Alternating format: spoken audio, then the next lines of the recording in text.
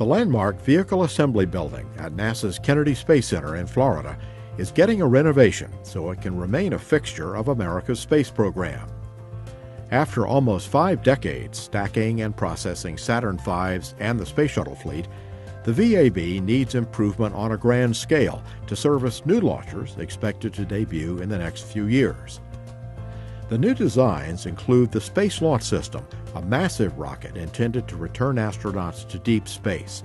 The building also will be set up to host commercial rockets that are much smaller.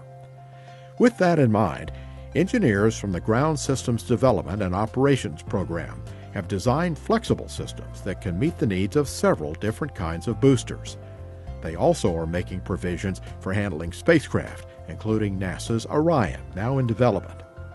But much of the work will focus on replacing wiring, cables, and fire protection system piping to meet modern standards and increase reliability.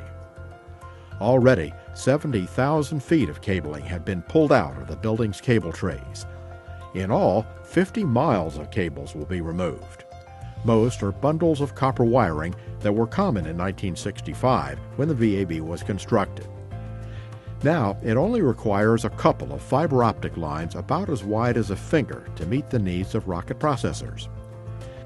7 huge platforms bolted in High Bay 3 to service the Saturn V will be removed to make room for modern structures, each weighing about 90,000 pounds. The new platforms will be outfitted with everything required to process a rocket and spacecraft.